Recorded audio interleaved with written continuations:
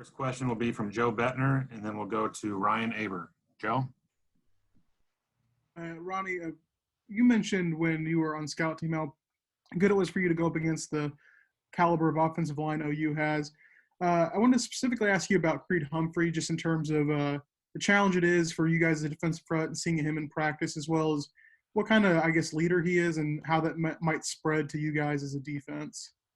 I mean, he probably I'd probably say he's the best center in the country. So just going up against somebody with his skill set, man, he one of the strongest dudes you will meet. He a flexible guy. He also got the mental aspect of the game.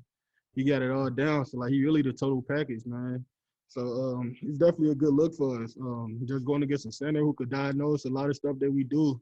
And it's definitely a good look for our inside guys to get them ready for whoever they preparing to face on Saturday. Thanks, Ronnie. Okay, Ryan Aber and then Eric Bailey. Yeah, Ronnie, I want to ask you about the guy who was just there right before you and Nick. Just how important is what he's doing right now to the success of this defense, and how much easier does that make your job when he's able to do what he's been doing lately? Shoot, I mean, it's great to have another guy on the edge. You know, when you got some dominant guys on the inside, you got two dominant guys on the edge. So it's kind of great. You know, it gives us like no limit to what we could do. We don't have to be one-sided. We're running certain pressures. Like I could run the pressure, or we could run it with Nick. So I mean, it definitely opened up a lot of things and a lot of different possibilities for us to run plays and do stunts and everything with me or him on either side of the edge. Appreciate it, Ronnie. Okay, Eric Bailey and then John Hoover. Hey, Ronnie, I asked Nick about which teammate is the loudest and encouraging on the sideline when adversity strikes. He said you and Pat Fields. How much have you embraced that role of really pumping the sideline up during tough times in games?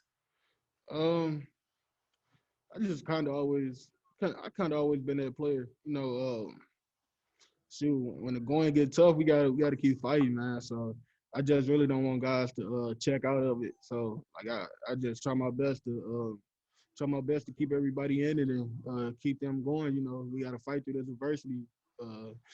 Like Coach Grant always tell us, there's only one thing we guaranteed on Saturdays, and that's adversity. So when it hit, just tell guys we knew it was coming, and now we got to fight through it.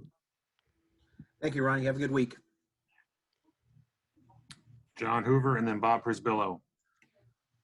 Hey, Ronnie, curious if as a football player, you know, you prep during the week and you look at film or whatever and you see on film, hey, I've got a decided advantage here over this guy. I know I can whip this guy. And then as that maybe unfolds during a game and you see his hands on his hips and his shoulders get down, maybe you kind of know you've got him. What's that feel like? So that's a good feeling. It's a good feeling to know, just to know like you kind of whooping up on the guy, you know, and it's probably taking a toll on him mentally. So it's just a good feeling, and it kind of give you a boost to keep doing it, and probably take it to another level on him. So just to make him feel hopeless, really. Do you ever go into a game knowing that though, or do you just kind of feel it or think it or hope it? Sometimes I go into games knowing I'm gonna whoop up on some guys. So, yeah. Thank you. Okay, Bob Prisbillo and then James Hale. Ronnie, what has Coach Kane brought to the table in terms of your growth, development, and things like that? Really, he brought a lot of things. He taught us a lot of things about rushing the passer, I can say. He teaching us some good stuff. We watch a lot of NFL rushes. We work a lot of rushes. So he pretty much just helped. He came in and he's done a great job of helping us add to our pass rush arsenal, really teaching us moves, but not only teaching, but like walking us through the small things to how to perfect the move. So he's really just taught us like how to perfect a lot of things within pass rushing, and also taught us like pre-snap reads and everything, how a lot of stuff works. So I just feel like he helped us in a big way, and that's why you can see like a lot of guys on the edge taking a big jump from where they were last season. James Hale and then Keegan Renault. Hey, Ronnie, this is going to be an interesting matchup. You guys have really come along in the defensive line, especially since you've come back. Oklahoma State's offensive line has held in there despite they've lost some guys and injuries and things like that. They've got great speed in the backfield. Talk about the Oklahoma State offense and what you guys have been doing, your success in the last couple of weeks, and how you're going to combat some of the things they do. They got a good offense. Real dynamic backfield. Running quarterback, a good running back, and got a nice receiver out on the outside. So they got a good offense. Just really got to continue to do what we've been doing for these last 2 weeks, for the last few weeks, getting pressure on the quarterback, playing in the backfield, and just doing our assignment, and it should work out how we want it to. Thanks, Ronnie. Keegan Renault and then Lee Benson. Yeah, Nick, and some other guys, Ronnie, have talked about how your presence just being backed and how many more opportunities it's given to guys along the defensive line. Do you feel that your presence is helping, not just you make plays, but helping a lot of other people make plays as well? Yeah, most def. I just feel like me being there for him, I could talk a guy up before a play, get him fired up before a play.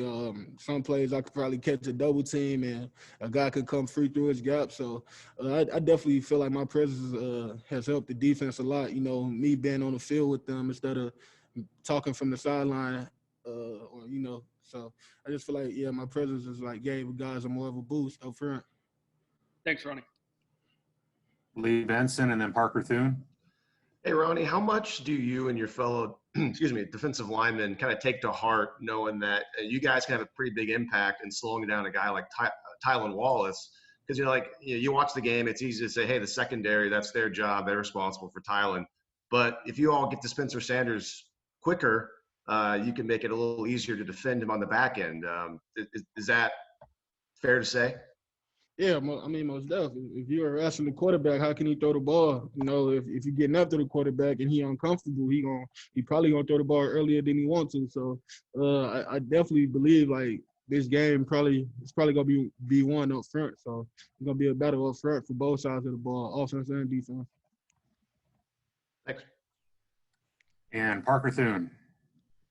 Hey, Ronnie, it seems like you can count on Marcus Stripling for one really explosive play in the pass rush every single game. Have you seen him grow from last year to this year? And what can you say about his ability to respond when his number is called in those situations? As I said earlier, it just shows you how much we've been learning under Coach Kane. I seen Strip take a big leap from last year.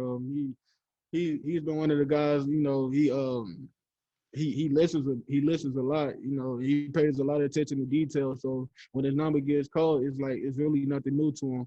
And he asked a lot of questions to me, to Nick, to anybody just picking at our brains to try to get better. So I just seen him take like a bigger jump this year. Really just putting everything that he's been learning since last year, since his freshman year. I think he's starting to like really put it together and it's clicking for him.